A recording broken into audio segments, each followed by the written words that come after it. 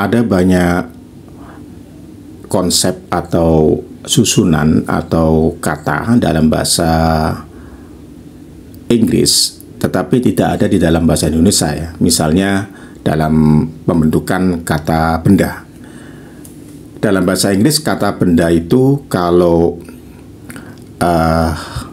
benda itu tunggal atau satu ya, maksudnya tunggal itu tidak lebih daripada satu, artinya satu, maka dia diawali dengan artikel ya, artikel atau en atau the juga bisa ya. Tetapi saya akan memfokuskan pada pembentukan daripada kata benda tersebut.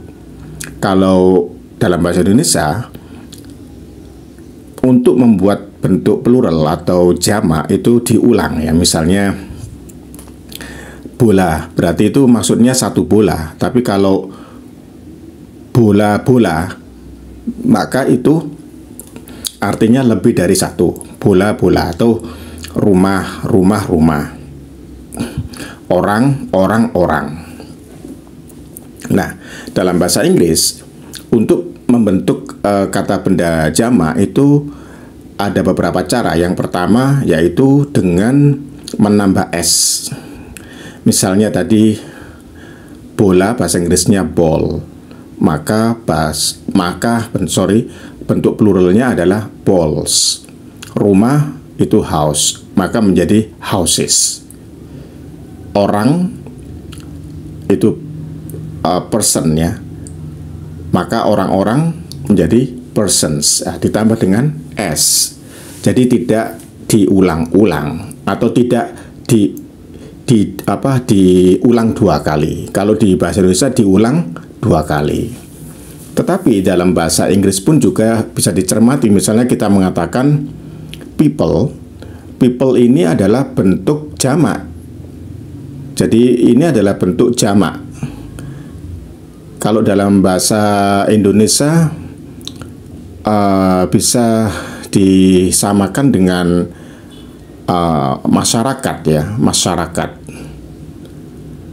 Kalau bahasa Inggris people ini bentuknya jamak, maka itu kata kerjanya yang mengikuti adalah kata kerja yang bentuknya jamak, artinya tidak ditambah dengan s. Misalnya people lives, bukan lives tapi people live, orang tinggal lah gitu ya.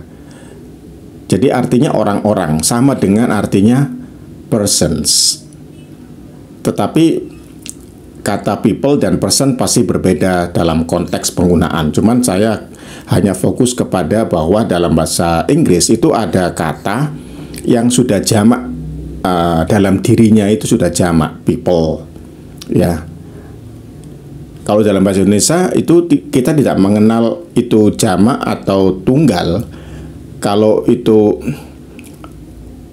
apa itu namanya, kita mengatakan masyarakat Indonesia, kita sebenarnya cukup ya mengatakan dengan masyarakat Indonesia, the people of Indonesia. Bahasa Inggrisnya seperti itu, the people of Indonesia.